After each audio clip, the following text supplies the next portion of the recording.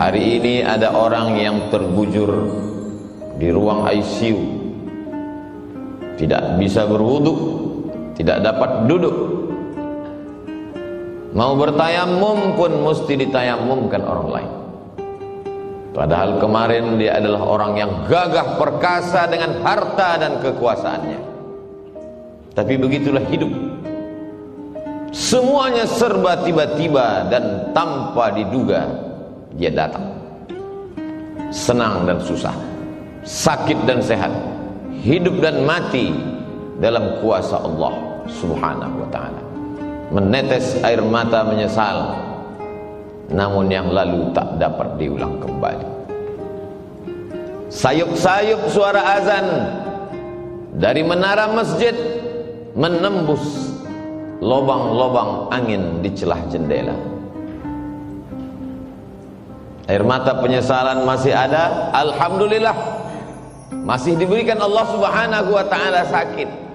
Bagaimana dengan yang mati mendadak secara tiba-tiba melangkah keluar dari rumah, bukan dengan kata bismillah, tidak pula bismillah tawakkaltu 'ala Allah wala haula wala quwata illa billah, tapi dalam perbuatan maksiat dan dosa.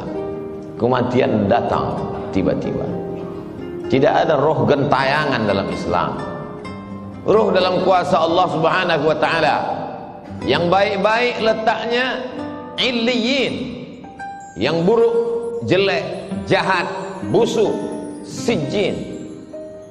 Tidak ada satupun manusia yang bisa memanggil, mengundang, mendatangkan roh manusia. Tapi tradisi ini sudah lama berlangsung. Ketika Syekh Muhammad Abduh dalam masa pelariannya ke Paris, Prancis, bersama tokoh Islam yang terusir dari Mesir, Jamaluddin Al-Afghan.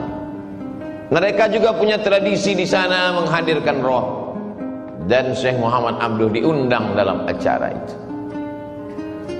Kata Syekh Muhammad Abduh, kalau memang betul kalian bisa menghadirkan roh, tolonglah undang roh Nabi Isa alaihissalam, karena aku ingin bertanya kepadanya, apakah dia mati disalib atau bagaimana keadaan yang sebenarnya. Apa jawab mereka? Ini roh istimewa yang tak dapat dijemput dan diundang oleh siapapun. Undanglah roh Nabi Muhammad SAW, karena aku ingin bertanya tentang hadis-hadis. Aku ragu apakah ini hadis sahih atau hadis dhaif. Kata mereka, ini roh spesial. Itu hanyalah silat lidah belaka. Roh dalam kuasa Allah Subhanahu wa ta'ala. Lalu kalau ada yang bisa mendatangkan roh sesungguhnya, siapa yang berkata itu? Mengapa suaranya mirip? Mengapa dia tahu lokasi, tempat kejadian peristiwa per pekan, per hari, per jam, per detik? Karena sesungguhnya manusia lahir dia didampingi oleh jin yang disebut dengan qarin.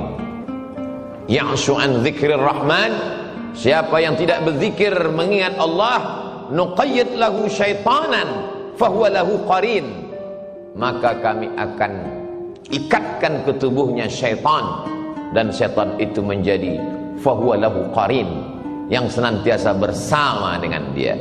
Itulah mengapa kita pagi membaca wirid-wirid Al-Fatihah, Qul huwallah, Qul a'udzu bil falaq, Qul a'udzu birabbin nas, pangkal Al-Baqarah, ayat kursi, ujung Al-Baqarah. Para mursyid tarekat Naqsyabandiyah, Syadziliyah, Al-Khalwatiyah, Al-Qadiriyah memilih wirid-wirid tertentu, diajarkan dan diamalkan murid supaya terselamat dari godaan jin syaitan. Tapi kemudian ada orang yang berkawan, berteman dengan setan, dia panggil setan, lalu kemudian setan itu berkata, akulah si fulan, suaranya mirip, tahu berbagai peristiwa yang pernah terjadi dalam kehidupannya. Sesungguhnya itu adalah setan memanggil setan.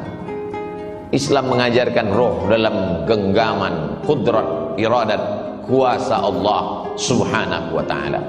Ada masanya roh itu ditiupkan kembali ke dalam jasad untuk merasakan azab kubur dan nikmat kubur. maka kita mendoakan mereka, Allahumma ja'al qabrahu raudatan min riyadil jinan, jadikanlah kuburnya salah satu dari taman-taman surga. Tapi ada juga doa supaya dijauhkan, la taj'al qabrahu hufratan min hufarin niran, jangan sampai kuburnya menjadi salah satu lubang dari lubang-lubang neraka.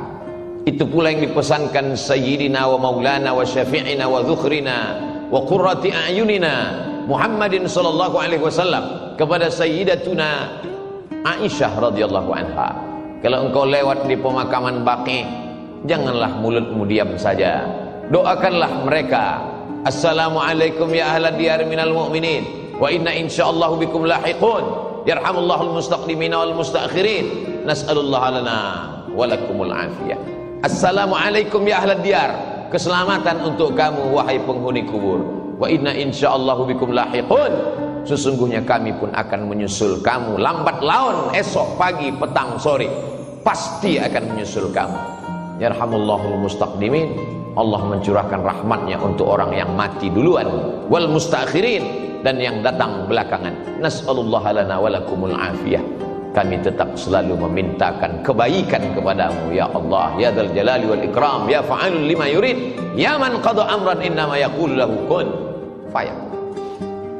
Ketika roh itu sudah berpisah dengan jasad, jasad itu pun lalu kemudian jantung berhenti berdetak, napas paru-paru tak lagi berhembus, maka darah berubah menjadi nanah, nanah membusuk hanya menjadi santapan cacing tanah.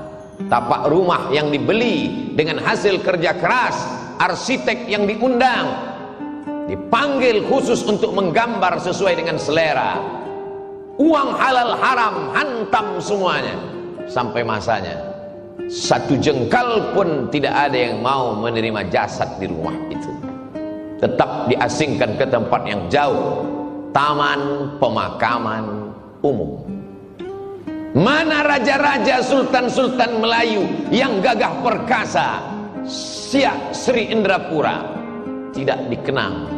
Tapi siapa yang mengenang?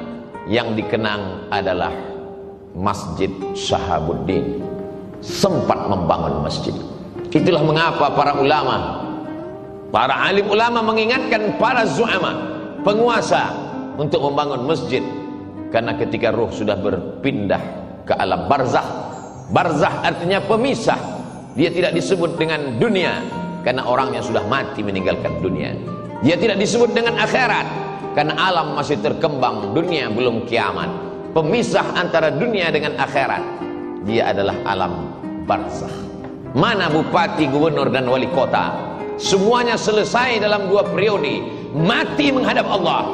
Tapi masjid yang pernah dia bangun dalam wilayah kekuasaannya, namanya tak dikenal, tak diingat orang, tapi pahala tetap mengalir ke liang lahat kuburnya. Ketika kekuasaan masih ada di ujung tangan, tanda tangan masih berlaku, tolonglah agama Allah, karena semuanya hanya sekedar mimpi belaka. An-nasu niyam, manusia ini semuanya tertidur. Falamma matu, ketika mereka mati, intabahu, barulah mereka tersadar, terbangun dari tidur yang panjang, lelap sampai mengigau. Ternyata hanya mimpi jadi orang kaya, mimpi menjadi penguasa, mimpi menjadi orang yang dipuja-puja. Ketika kematian datang, semuanya tinggal baju besar, kemewahan dan kemegahan, harta benda kendaraan. Sedetik setelah kematian, dia mulai dibagi-bagi, dipotong-potong, dicabik-cabik oleh ahli waris. Kalau anak sempat disekolahkan ke pondok pesantren tahfiz Quran, dia yang akan mengantar sampai ke liang lahat, dia yang akan mengiring ke pemakaman, dia yang turun ke bawah meletakkan ke liang lahat, dia tempelkan hidung orang tuanya, karena begitu yang diajarkan menurut sunnah Rasulullah SAW.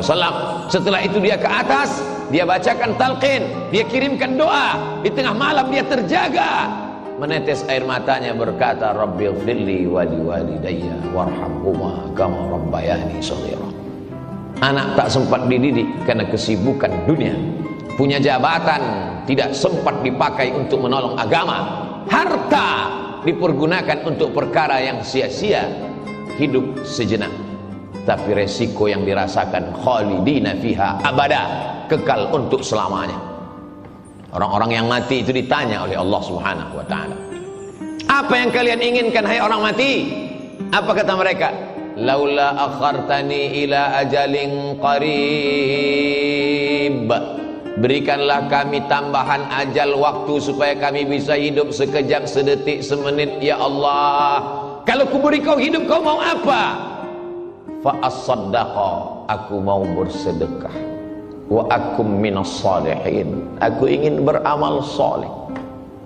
Dulu waktu disiakan, kalau masih sempat wudhu zuhur untuk sholat asar, karena sholat asar hampir saja waktu zuhur itu berakhir, masih lagi di ujung laknat Allah, tapi masih turun rahmat Allah. Tapi kalau sholat itu tinggal nyata tanpa ada beban karena dilakukan berkali-kali, la kafarata laha illa dzalik, tidak ada yang bisa menebus sholat kecuali sholat itu sendiri. Semua tinggal menjadi kesia-siaan. Wa qadimna ila ma amilu min amalin, semua amal perbuatan yang sudah kau lakukan dulu kami datangkan, kau lihat, kau pandang di depan kelopak matamu. Faja'alna haba'an mansura, kami jadikan amal itu terbang seperti debu dihembus angin, tepung melayang di udara, tak bermakna, tak dapat menolong.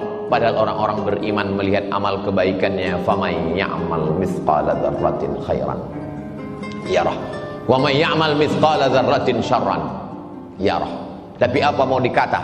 Kata-kata tak lagi bermakna, penyesalan hanya tinggal derita yang dibawa menghadap Allah Subhanahu wa taala. Kalau pernah memaksa-maksakan diri untuk sholat duha agak 2 rakaat, kalau pernah memaksa-maksakan mata untuk tahajud, meneteskan air mata di tengah malam, kalau pernah memaksa-maksakan diri untuk menyisihkan uang belanja 1, 2, 3 sak semen, 1, 2, 3 meter pembebasan tanah, pembangunan masjid, kalau kau tidak hafal Quran, biayailah anak penghafal Quran, kelak dia akan mengajar menjadi imam, mengalir juga setetes 2 tetes pahalanya.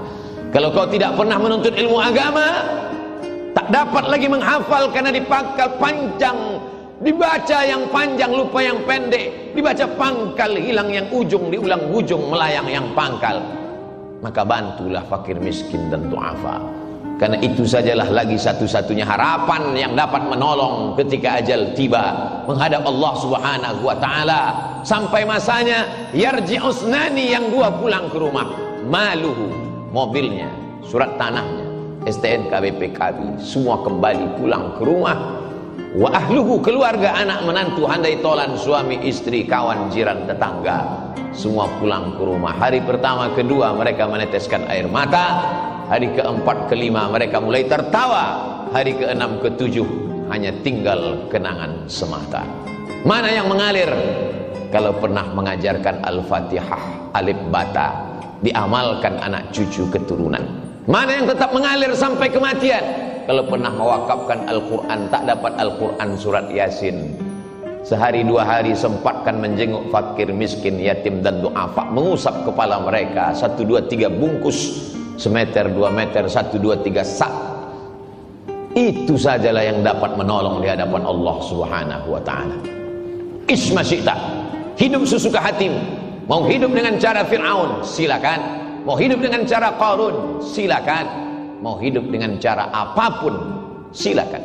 Fa innaka mayyit, karena sesungguhnya kau akan jadi mayat, kau akan menjadi bangkai, kau akan diperebutkan oleh cacing tanah. Semuanya akan kembali menghadap Allah. Yang jahat mati, yang baik pun mati. Semua orang siap mati, tapi tak banyak yang memikirkan apa yang akan dihadapi setelah kematian. Barakallahu li wa lakum fil Qur'anil azim wa nafa'ani wa iyyakum bima fihi minal ayati wadh-dhikril hakim wa taqabbala minni wa minkum tilawatahu innahu huwal ghafurur rahim. Alhamdulillahilladzi bi ni'matihi tatimmus shalihat, wassalatu wassalamu ala sayyidis sadat wa ala alihi wa ashabihi ahli al-fadail wal karamat. Asyhadu an la ilaha illallah wahdahu la syarika lah wa asyhadu anna sayyidana Muhammadan 'abduhu wa rasuluhu wa safiyuhu min khalqihi وخليله أدى الأمانة وبلغ الرسالة ونصح للأمة وتركنا على المحجة البيضاء ليلها كنهارها لا يزيغ عنها إلا هالك. قال الله تعالى في القرآن العظيم وهو أصدق القائلين: أعوذ بالله من الشيطان الرجيم بسم الله الرحمن الرحيم والعصر إن الإنسان لفي خسر إلا الذين آمنوا وعملوا الصالحات وتواصوا بالحق وتواصوا بالصبر. وقال تعالى في آية أخرى: إن الله وملائكته يصلون على النبي يا أيها الذين آمنوا صلوا عليه وسلموا تسليما. اللهم اغفر للمسلمين والمسلمات والمؤمنين والمؤمنات الأحياء منهم والأموات برحمتك يا أرحم الراحمين. اللهم انصر الإخواننا المجاهدين المستضعفين في فلسطين وفي روهينيا وفي كل مكان من مشارق الأرض إلى مغاربها. اللهم أعز الإسلام والمسلمين واخذل الكفرة والمشركين ودمر أعداءك أعداء الدين. اللهم ادفع عنا الغلاء والوباء والفحشاء والربا والزنا والمنكر والسيوف المختلفة والشدائد والمحن ما ظهر منها وما بطن من بلدنا هذا خاصة ومن بلدان المسلمين عامة. عباد الله، أوصيكم ونفسي بتقوى الله وطاعته فقد فاز المتقون. إن الله يأمر بالعدل والإحسان وإيتاء ذي القربى وينهى عن الفحشاء والمنكر والبغي يعظكم لعلكم تذكرون. فاذكروا الله العظيم يذكركم واسألوه من فضله يعطكم ولذكر الله أكبر والله يعلم ما تصنعون.